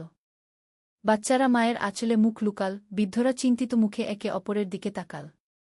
আবু ইউসুফ গভীর শ্বাস নিলেন। তিনি জানতেন এই দিন একদিন আসবে। তিনি মসজিদের মিনারে উঠে সবাইকে ডাকলেন। হে আমার প্রিয় গ্রামবাসী, তার কণ্ঠস্বর দৃঢ় অথচ শান্ত, আল্লাহ তায়ালা আমাদের পরীক্ষা করতে চান। আমরা মুসলমান, আমরা ভয় পাই না। কিন্তু আমরা রক্তপাতও চাই না। আমাদের প্রথমে চেষ্টা করতে হবে শান্তিপূর্ণ সমাধানের। দ্বিতীয় পর্ব, প্রস্তুতির দিনগুলো। পরের 3 দিন গ্রাম জুড়ে চল প্রস্তুতি। কিন্তু এটা ছিল শুধু যুদ্ধের প্রস্তুতি না, ছিল আত্মিক প্রস্তুতিও। আবু ইউসুফ প্রতিদিন ফজরের নামাজের পর বিশেষ দোয়া পড়াতেন।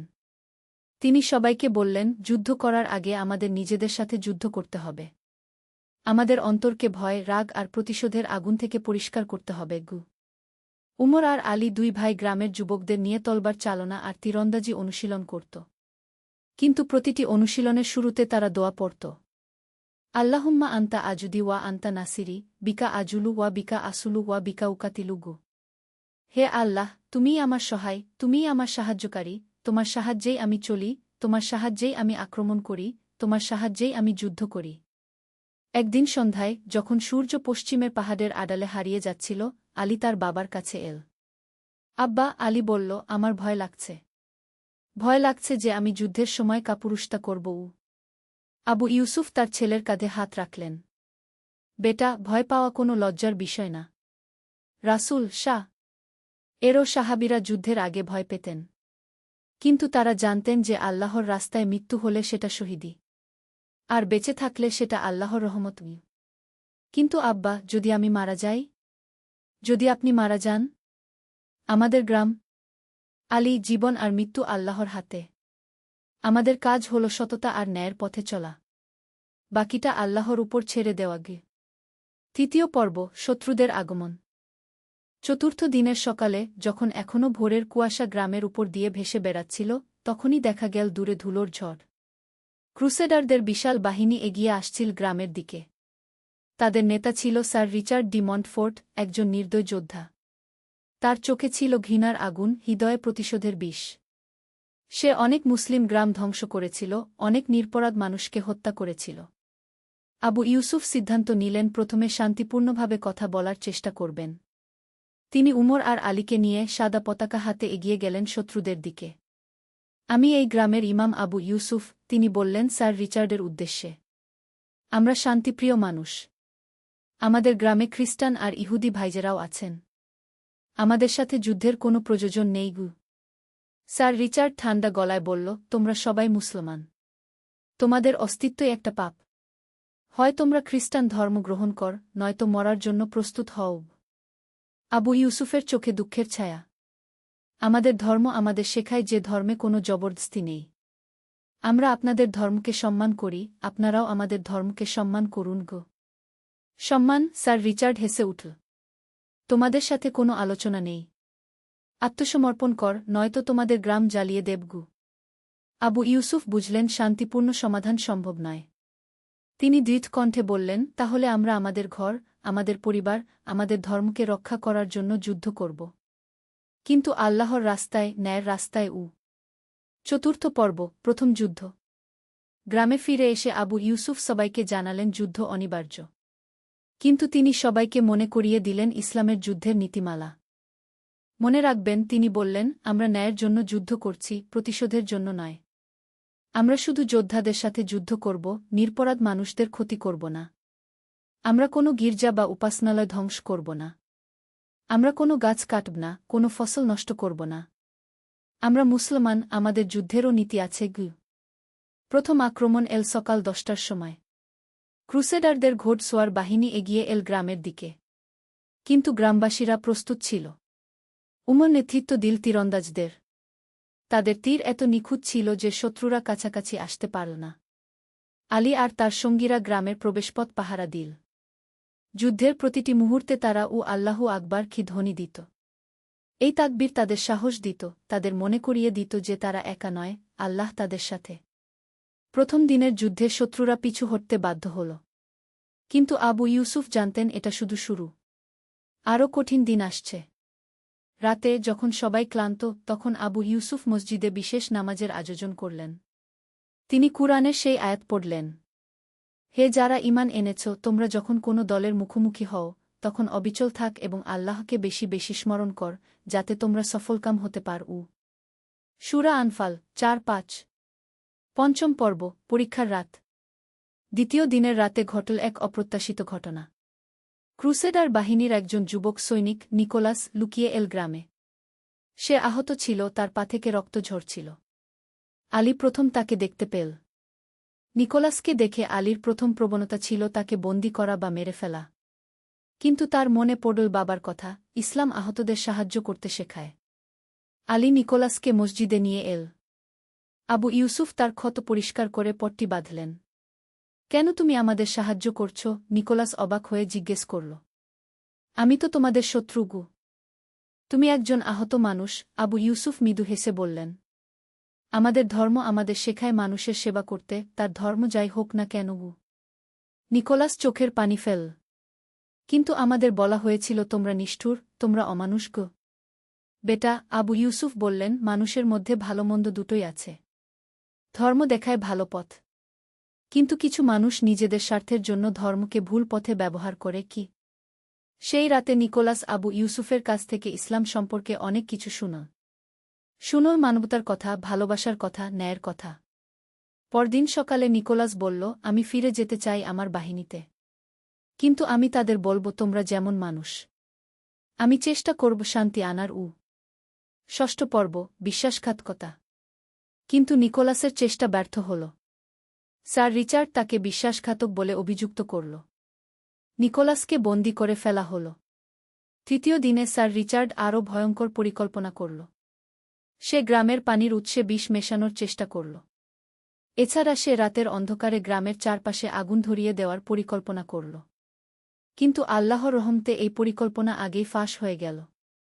উমর আর তার সঙ্গীরা শত্রুদের ঠেকিয়ে দিল। এই ঘটনার পর আবু ইউসুফ বুঝলেন যে শত্রুরা যে কোনো নিচু পথ অবলম্বন করতে পারে। তিনি সিদ্ধান্ত নিলেন আরও সাবধান হওয়ার। আমাদের সাবধান হতে হবে, তিনি সবাইকে বললেন, কিন্তু আমরা আমাদের নীতি থেকে সরে আসব না। আমরা তাদের মতো নিচু পথে নামব না। সপ্তম পর্ব, সবচেয়ে কঠিন যুদ্ধ। চতুর্থ দিনে এল সবচেয়ে বড় আক্রমণ। স্যার রিচার্ড তার সব শক্তি নিয়ে ঝাঁপিয়ে পড়ল গ্রামের উপর। যুদ্ধ শুরু হল ফজরের আগে। আবু ইউসুফ, উমর, আলী সবাই তাদের অবস্থানে। যুদ্ধের এক পর্যায়ে উমর গুরুতর আহত হল। তলবারের আঘাতে তার বুক কেটে গেল। আলী তাকে নিরাপদ জায়গায় নিয়ে গেল। আলী, উমর ক্ষীণ কণ্ঠে বলল, আমার মনে হচ্ছে আমার সময় শেষ। তুমি আব্বার পাশে থেকো। ভাই, তুমি সুস্থ হয়ে উঠবে, আলী কাঁদতে কাঁদতে বলল। আলী, মনে রাখিস, আমরা যদি মারা যাই আমরা শহীদ। আর যদি বেঁচে থাকি আমরা গাজী। দুটোতেই আল্লাহর রহমত। এই কথা বলে উমর তার শেষ শ্বাস ত্যাগ করল। আলী ভাইজের মৃত্যুতে ভেঙে পড়ল। কিন্তু বাবার কথা মনে পড়ল, কঠিন সময়েই পরীক্ষা হয় আমাদের ঈমানের। অষ্টম পর্ব, অলৌকিক সাহায্য। উমরের মৃত্যুর পর গ্রামবাসীদের মনোবল ভেঙে গেল। মনে হচ্ছিল পরাজয় অবশ্যম্ভাবী। কিন্তু ঠিক এই মুহূর্তে ঘটল এক অবিশ্বাস্য ঘটনা। দূর থেকে ভেসে এল ঘোড়ার খুরের আওয়াজ। কিন্তু এবার সেটা শত্রুদের নয়, মুসলিম মুজাহিদদের। ইউসুফ ইবনে তাশফিনের নেতৃত্বে একদল মুজাহিদ এসেছিল সাহায্যের জন্য। তারা অন্য গ্রাম থেকে সংবাদ পেয়ে এসেছিল। আল্লাহু আকবার চিৎকারে ভেঙে পড়ল গ্রামের চারপাশ। এই অপ্রত্যাশিত সাহায্যে ক্রুসেডারদের বাহিনী বিপর্যস্ত হয়ে পড়ল। স্যার রিচার্ড বুঝল পরিস্থিতি তার বিপক্ষে। যুদ্ধের মোড় ঘুরে গেল। কিন্তু আবু ইউসুফ এখনও সংযত থাকলেন। তিনি অনুসারীদের বললেন, আমরা জিতছি, কিন্তু আমরা নিষ্ঠুর হব না। যারা আত্মসমর্পণ করে তাদের ক্ষমা করে দেবগু। নবম পর্ব, ক্ষমা ও করুণা। যুদ্ধের শেষ দিকে স্যার রিচার্ড আহত হয়ে মাটিতে পড়ে গেল। আলী তার কাছে গিয়ে তলবার তুলল। এই লোকই আমার ভাইকে মেরেছে, আলী মনে মনে ভাবল। কিন্তু তার মনে পড়ল রাসূল এর কথা, যে ব্যক্তি রহমত করে না তার প্রতি রহমত করা হয় না। আলী তলবার নামিয়ে নিল। তুমি আহত, আমি তোমাকে হত্যা করব না গি। স্যার রিচার্ড অবাক হয়ে তাকাল। কেন? তোমার ভাইকে তো আমার লোকেরা গি। আমার ভাই শহীদ হয়েছে। আল্লাহ তার ভাল করবেন। কিন্তু আমি প্রতিশোধ নেব না। আমাদের ধর্ম আমাদের ক্ষমা করতে শেখায় গু। এই ঘটনায় স্যার রিচার্ডের মন পরিবর্তন হতে শুরু করল। দশম পর্ব, নতুন সূর্যোদয়। যুদ্ধ শেষ হল। ক্রুসেডার বাহিনী পিছু হটল। কিন্তু স্যার রিচার্ড আর নিকোলাস থেকে গেল গ্রামে। আবু ইউসুফ তাদের চিকিৎসার ব্যবস্থা করলেন। ধীরে ধীরে তাদের মন পরিবর্তন হতে লাগল। আমি এতদিন ভুল পথে ছিলাম, স্যার রিচার্ড একদিন বলল। তোমরা আমাদের চেয়েও ভালো মানুষ কে? আবু ইউসুফ মৃদু হাসলেন। আমরা ভালো বা মন্দ নই, আমরা শুধু আল্লাহর পথে চলার চেষ্টা করি। আমাদের ধর্ম আমাদের শেখায় সব মানুষকে ভালোবাসতে গু। কয়েকদিন পর স্যার রিচার্ড একটি চমকপ্রদ সিদ্ধান্ত নিল। সে ঘোষণা করল, আমি ইসলাম গ্রহণ করতে চাই। পুরো গ্রাম অবাক হয়ে গেল। যে মানুষটি কিছুদিন আগে তাদের হত্যা করতে এসেছিল সেই মানুষটি এখন তাদের ভাই হতে চায়। আবু ইউসুফ তাকে বললেন, এটা খুবই গুরুত্বপূর্ণ সিদ্ধান্ত। তুমি নিশ্চিত? হ্যাঁ, স্যার রিচার্ড দৃঢ়ভাবে বলল। আমি তোমাদের আচরণ দেখে বুঝেছি সত্যিকারের ধর্ম কি। তোমরা শত্রুদেরও ক্ষমা করেছ, আহতদের সেবা করেছ। এটাই সত্যিকারের আল্লাহর পথ। সেদিন মাগরিবের নামাজের সময় স্যার রিচার্ড কালিমা পড়ল। আশহাদু আল্লাহ ইলাহা ইল্লাল্লাহু ওয়া আশহাদু আন্না মুহাম্মাদান রাসূলুল্লাহ কো। সে নতুন নাম নিল, আব্দুর রহমান। নিকোলাসও কয়েকদিন পর একই সিদ্ধান্ত নিল। সে নাম নিল ইব্রাহিম। একাদশ পর্ব, নতুন জীবনের শুরু। মাসখানেক পর গ্রামে স্বাভাবিক জীবন ফিরে এল। কিন্তু এবার এটা আরও সুন্দর ছিল। যুদ্ধ সবাইকে একসাথে এনেছিল। আব্দুর রহমান, প্রাক্তন স্যার রিচার্ড, এখন গ্রামের নিরাপত্তার দায়িত্ব নিল। তার যুদ্ধের অভিজ্ঞতা কাজে লাগল গ্রামকে ভবিষ্যতের আক্রমণ থেকে রক্ষা করতে। ইব্রাহিম, প্রাক্তন নিকোলাস, শুরু করল ইসলামিক স্কুলে পড়াশোনা। সে চাইত একজন ভালো মুসলমান হতে। একদিন আব্দুর রহমান আবু ইউসুফের কাছে এল। ইমাম সাহেব, আমার একটা স্বপ্ন আছে গি। কি স্বপ্ন? আমি চাই ইউরোপে ফিরে গিয়ে মানুষদের সত্যিকারের ইসলাম সম্পর্কে বলতে। তাদের বোঝাতে চাই যে মুসলমানরা শত্রু নয়, বরং শান্তিপ্রিয় মানুষ গো। আবু ইউসুফের চোখে আনন্দের পানি। এটাই তো আসল জিহাদ। তলবার দিয়ে নয়, ভালোবাসা আর সত্য দিয়ে মানুষের হৃদয় জয় করা গু। দ্বাদশ পর্ব, বিদায়ের সময়। কয়েক মাস পর আব্দুর রহমান আর ইব্রাহিম বিদায় নীল গ্রাম ছেড়ে যাওয়ার জন্য। তারা ইউরোপে ফিরে যেতে চাইল ইসলামের সুন্দর বাণী প্রচার করতে। বিদায়ের দিন সকালে পুরো গ্রাম জমায়েত হল। আবু ইউসুফ তাদের জন্য বিশেষ দোয়া করলেন। হে আল্লাহ, এই দুই ভাইকে তোমার পথে অটুট রাখ। তাদের মাধ্যমে তোমার নূর ছড়িয়ে দাও সারা পৃথিবীতে। আব্দুর রহমান কাঁদতে কাঁদতে বলল, আপনারা আমাকে জীবন দিয়েছেন। আমি যুদ্ধের মাঠে মরতে এসেছিলাম, কিন্তু পেয়েছি হেদায়েত। আমি প্রতিশ্রুতি দিচ্ছি, আমার বাকি জীবন ইসলামের সেবায় কাটাব। আলী তাদের হাতে একটি কুরআনের অনুলিপি দিল। এটা নিয়ে যান। এতে আছে সব প্রশ্নের উত্তর। ত্রয়োদশ পর্ব, উমরের স্মৃতি। আব্দুর রহমান আর ইব্রাহিম চলে যাওয়ার পর আলী প্রায় ভাইয়ের কবরে যেত। উমরকে গ্রামের শহীদদের কবরস্থানে দাফন করা হয়েছিল। একদিন কবরের পাশে বসে আলী বলল, ভাই উমর, তুমি দেখতে পেলে? তোমার মৃত্যু বৃথা যায়নি। শত্রুরাও হয়ে গেছে আমাদের ভাই। এটাই তো ইসলামের শক্তিগু। বাতাসে যেন উমরের কণ্ঠস্বর ভেসে এল, আলী, আমার মৃত্যু নয়, এটা ছিল শাহাদাত। আর শহীদদের মৃত্যু হয় না, তারা আল্লাহর কাছে জীবিত থাকে গু। আবু ইউসুফ এসে আলীর পাশে বসলেন। বেটা, তোমার ভাই এখন জান্নাতে। সে আমাদের জন্য দোয়া করছে গি।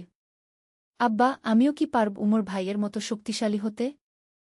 আলী, তোমার ভাই তলবার দিয়ে জিহাদ করেছে। তুমি করবে কলম দিয়ে। তুমি মানুষদের ইসলামের সুন্দর দিকগুলো শেখাবে। দুটোই সমান গুরুত্বপূর্ণ। চতুর্দশ পর্ব, বছর পেরিয়ে 1 বছর পর গ্রামে এল আব্দুর রহমান আর ইব্রাহিমের চিঠি। তারা লিখেছিল, প্রিয় ইমাম সাহেব আর সবাই, আল্লাহর রহমতে আমরা ভালো আছি। আমরা ইতালি আর ফ্রান্সে ইসলাম প্রচার করছি। অনেক মানুষ আমাদের কথা শুনছে, অনেকে ইসলাম গ্রহণ করছে। আমরা তাদের বলি আমাদের অভিজ্ঞতার কথা। বলি কিভাবে মুসলমানরা আমাদের সাথে ভালো ব্যবহার করেছিল। তারা অবাক হয়। আমরা আপনাদের কথা সবসময় মনে রাখি। আপনাদের দোয়া আমাদের সাথে। ইতি আব্দুর রহমান ও ইব্রাহিম ঘ। এই চিঠি পড়ে সবার চোখে আনন্দের পানি। পঞ্চদশ পর্ব, আলীর স্বপ্ন। আরও কিছু বছর পর আলী তার বাবার মতোই একজন মহান আলেম হয়ে উঠল। সে গড়ে তুলল একটি ইসলামিক বিশ্ববিদ্যালয় যেখানে বিভিন্ন ধর্মের ছাত্ররা একসাথে পড়াশোনা করত। একদিন তার কাছে এল এক যুবক। সে বলল, উস্তাদ, আমি খ্রিস্টান, কিন্তু আমি ইসলাম সম্পর্কে জানতে চাই গু। আলী হাসল, অবশ্যই। জ্ঞান অর্জনে কোনো ধর্মীয় বাধা নেই। আমাদের রাসূল শাহ বলেছেন, জ্ঞান অর্জন কর, চীন দেশে গেলেও গি। সেই যুবকের নাম ছিল মার্কো। কয়েক মাস পড়াশোনার পর সেও ইসলাম গ্রহণ করল এবং নাম রাখল মুহাম্মদ। ষোড়শ পর্ব, প্রজন্মের পর প্রজন্ম। বছরের পর বছর কেটে গেল। আবু ইউসুফ বৃদ্ধ হয়ে গেলেন, কিন্তু তার আত্মা থাকল তরুণের মতো প্রাণবন্ত। তিনি দেখলেন তার স্বপ্ন পূরণ হচ্ছে। গ্রামটি হয়ে উঠেছে শান্তি আর সম্প্রীতির প্রতীক। মুসলিম, খ্রিস্টান, ইহুদি সবাই একসাথে বাস করছে। আলীর হল 3টি ছেলে, উমর বড় ভাইয়ের নামে, ইউসুফ দাদার নামে, আর রহমান। একদিন ছোট্ট রহমান দাদার কাছে এসে জিজ্ঞেস করল, দাদু, আমাদের বাবা আর কাকার যুদ্ধের গল্প আবার শোনাবেন? আবু ইউসুফ নাতিকে কোলে নিয়ে বললেন, বেটা, সেটা শুধু যুদ্ধের গল্প নয়। সেটা ভালোবাসার গল্প। সেটা ক্ষমার গল্প। সেটা দেখায় কিভাবে সত্যিকারের মুসলমান হতে হয় গে। দাদু, আমিও বড় হয়ে তেমন হব। ইনশাআল্লাহ বেটা। তবে মনে রাখিস, আসল যুদ্ধ হল নিজের মনের খারাপ দিকগুলোর সাথে।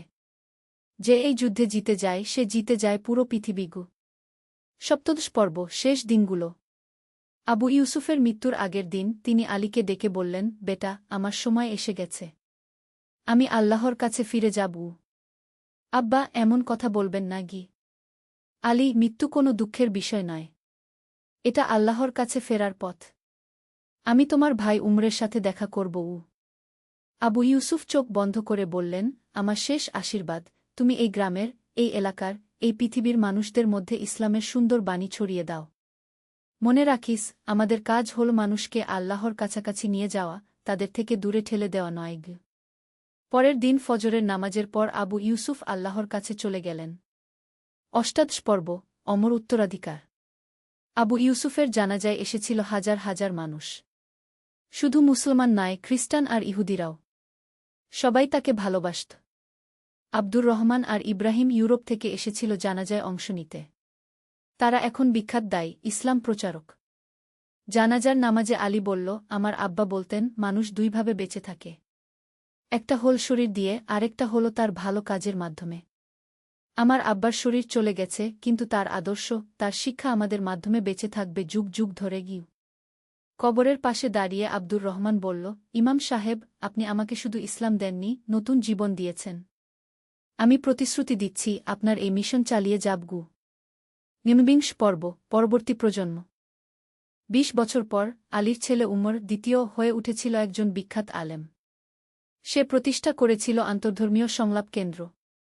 একদিন সেখানে এল এক যুবতী, নাম মারিয়া। সে ছিল খ্রিস্টান। সে বলল, আমি শুনেছি এই গ্রামের ইতিহাসের কথা। কিভাবে একটা যুদ্ধ পরিণত হয়েছিল শান্তিতে। এটা কি সত্যি? উমর দ্বিতীয় হাসল। শুধু সত্যিই নয়, এটা এখনও চলমান। আমার দাদা বলতেন প্রতিটি প্রজন্মকে নতুন করে এই লড়াই করতে হয়, ঘৃণার বিরুদ্ধে ভালোবাসার লড়াই।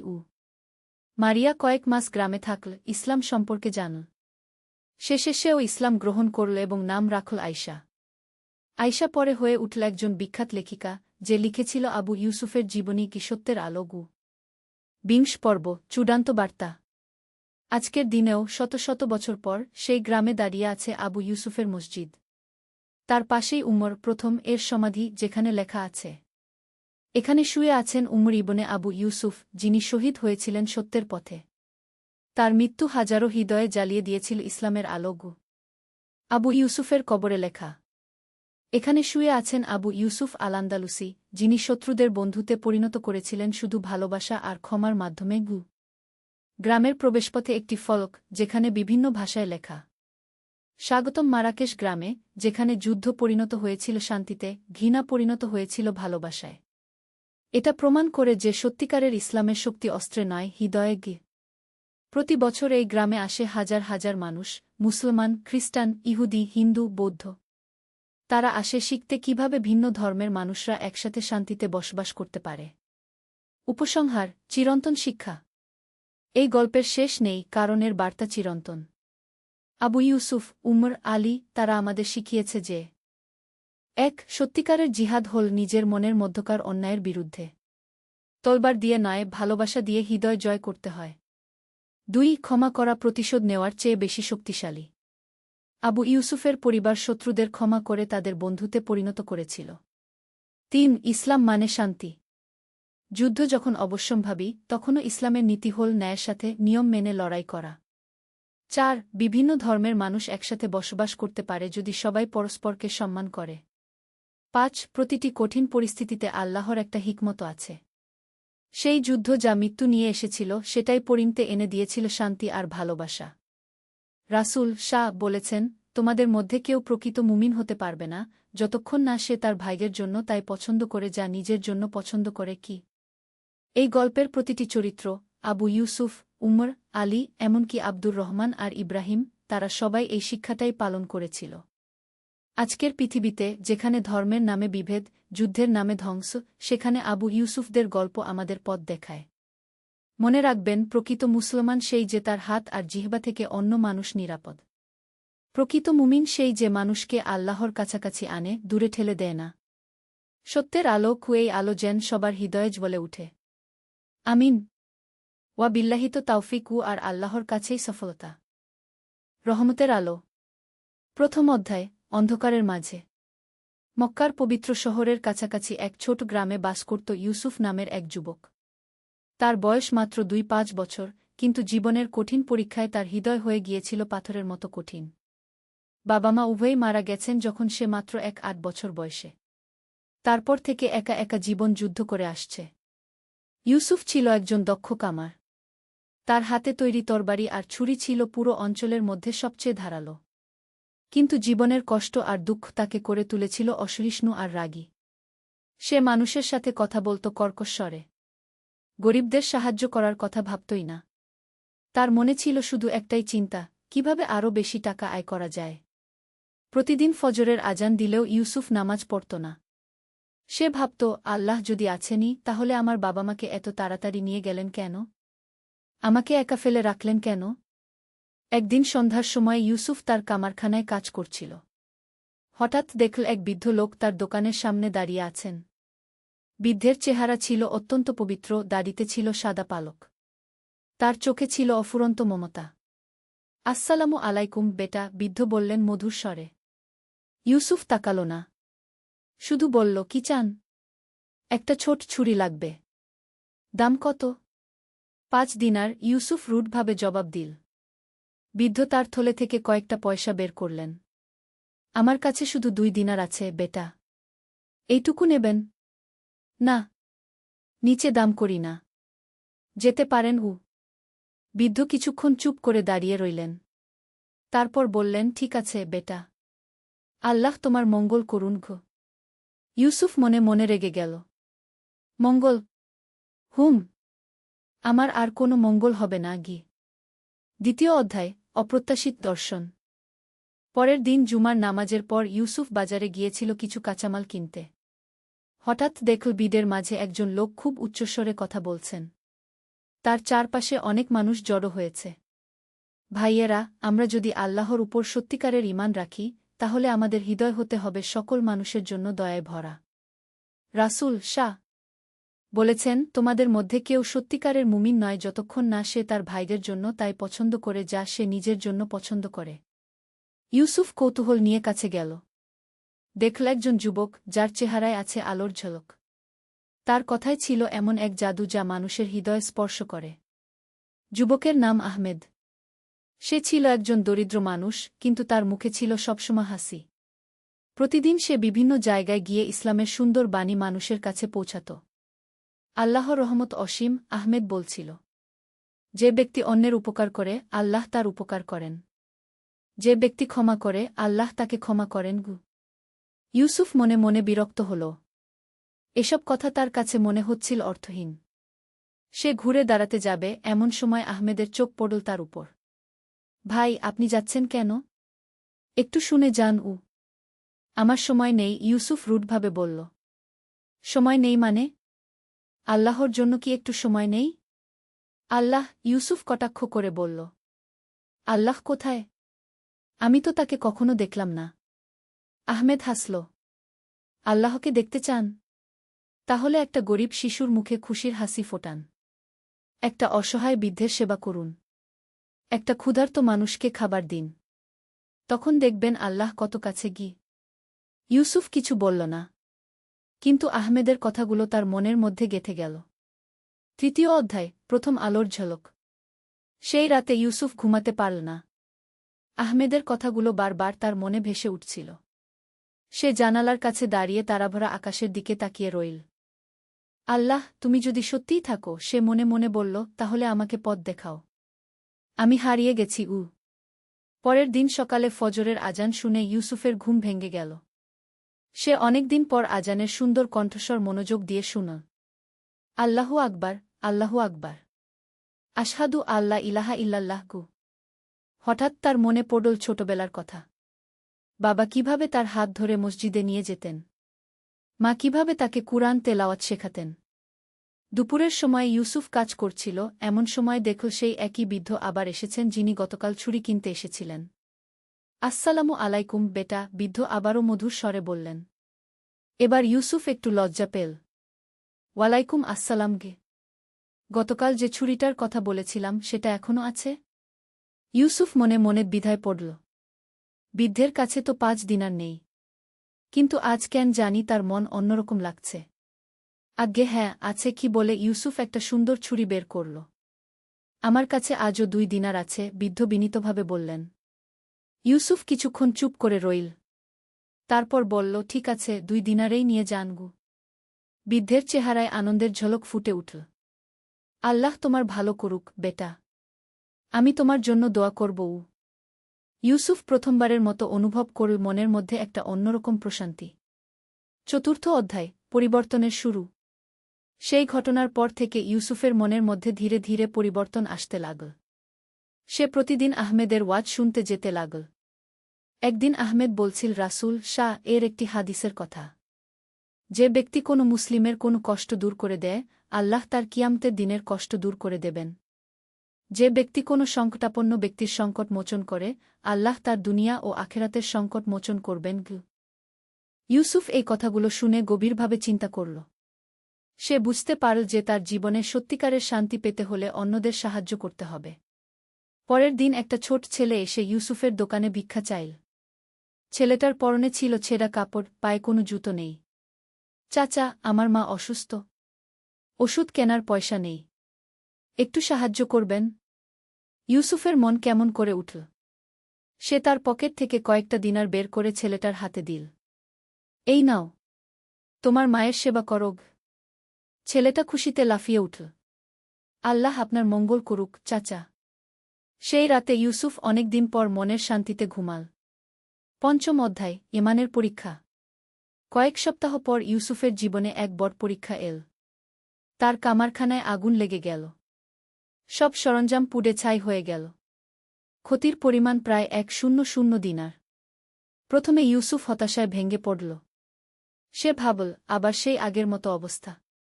আল্লাহ কেন আমার সাথে এমন করলেন? কিন্তু তারপরই তার মনে পড়ল আহমেদের একটি কথা, আল্লাহ যাকে ভালোবাসেন তাকে পরীক্ষা করেন। পরীক্ষার মাধ্যমেই বান্দা আল্লাহর আরও কাছে চলে যায়। ইউসুফ সিদ্ধান্ত নিল যে সে হাল ছাড়বে না। সে আল্লাহর উপর ভরসা রেখে আবার নতুন করে শুরু করবে। পরের দিন সকালে ইউসুফ মসজিদে গিয়ে ফজরের নামাজ পড়ল। অনেকদিন পর নামাজ শেষে সে মহান আল্লাহর কাছে দোয়া করল, হে আল্লাহ, আমি আপনার কাছে ক্ষমা চাই। আমি অনেক অন্যায় করেছি। এখন আপনার পথে ফিরে আসতে চাই। আমাকে সাহায্য করুন। ষষ্ঠ অধ্যায়, অলৌকিক সাহায্য। নামাজ শেষে ইউসুফ যখন মসজিদ থেকে বের হচ্ছিল, তখন দেখল অনেক মানুষ তার চারপাশে জড়ো হয়েছে। তাদের মধ্যে ছিল আহমেদ, সেই বৃদ্ধ যার কাছে সে কম দামে ছুরি বেচেছিল, এবং আরও অনেকে। আহমেদ এগিয়ে এসে বলল, ভাই ইউসুফ, আমরা শুনেছি তোমার দোকানে আগুন লেগেছে। আমরা সবাই মিলে তোমাকে সাহায্য করতে চাই। একের পর এক মানুষ এগিয়ে এসে ইউসুফের হাতে টাকা দিতে লাগল। কেউ 5 দিনার, কেউ 10 দিনার। সেই গরিব ছেলেটাও এসেছিল যাকে সে সাহায্য করেছিল। সে তার হাতে একটা দিনার রাখল। চাচা, এইটা আপনার। আপনি আমাদের সাহায্য করেছিলেন, এখন আমরা আপনার সাহায্য করব। ইউসুফের চোখে পানি এসে গেল। সে বুঝতে পারল যে আল্লাহর রহমত সত্যিই অসীম। যারা অন্যের উপকার করে, আল্লাহ তাদের উপকার করেন। সবাই মিলে যে টাকা দিল তা দিয়ে ইউসুফ আবার নতুন করে তার কারখানা গড়ে তুলল। এবার সে ঠিক করল যে তার দোকানে একটা সাইনবোর্ড লাগাবে, গরিবদের জন্য বিশেষ ছাড়। সপ্তম অধ্যায়, সত্যিকারের সুখ। মাস 6 পর ইউসুফের জীবন সম্পূর্ণ বদলে গিয়েছিল। সে এখন 5 ওয়াক্ত নামাজ পড়ে। প্রতি জুমবারে মসজিদে যায়। গরিবদের সাহায্য করে। তার দোকানে এখন সবসময় ভিড় লেগে থাকে, কারণ মানুষ জানে যে এখানে ন্যায্য দাম পাবে এবং ভালো ব্যবহার পাবে। একদিন সন্ধ্যায় ইউসুফ তার দোকান বন্ধ করে বাড়ি ফিরছিল। পথে দেখল একটা অন্ধ বৃদ্ধ রাস্তার পাশে বসে আছেন। তার সামনে একটা ছোট বাটি রাখা। ইউসুফ কাছে গিয়ে জিজ্ঞেস করল, চাচা, আপনার কি সাহায্য লাগবে? বৃদ্ধ মাথা তুলে বললেন, বেটা, আমার কোনো সন্তান নেই। কেউ দেখাশোনা করার নেই। একটু খাবারের ব্যবস্থা করতে পারলে ভালো হতো। ইউসুফ বৃদ্ধকে তার বাড়িতে নিয়ে গেল। খাবার খাওয়াল।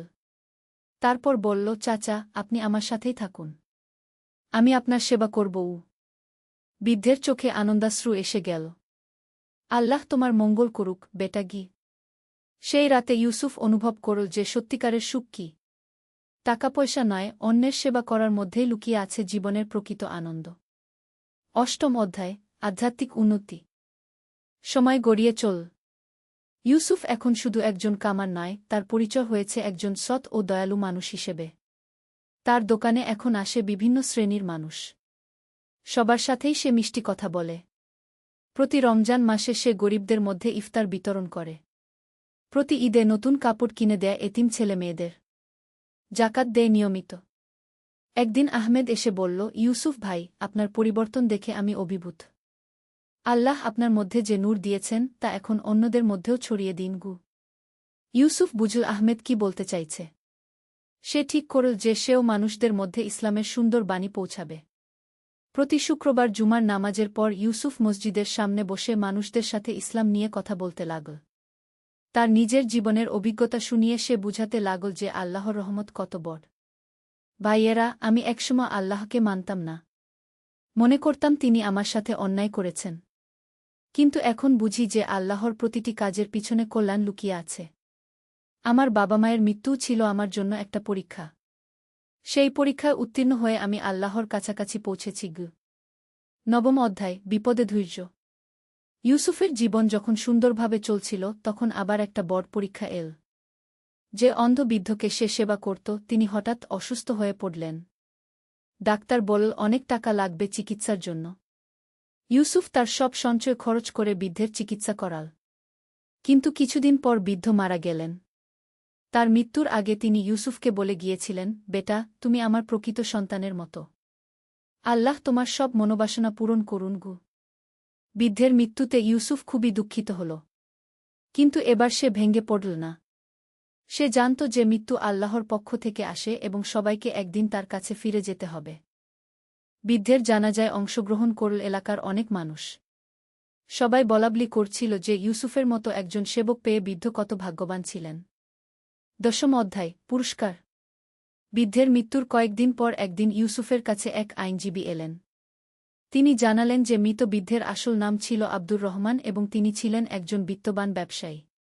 তার কোনো ওয়ারিশ না থাকায় সমস্ত সম্পত্তি তিনি ইউসুফের নামে লিখে দিয়ে গেছেন। ইউসুফ অবাক হয়ে গেল।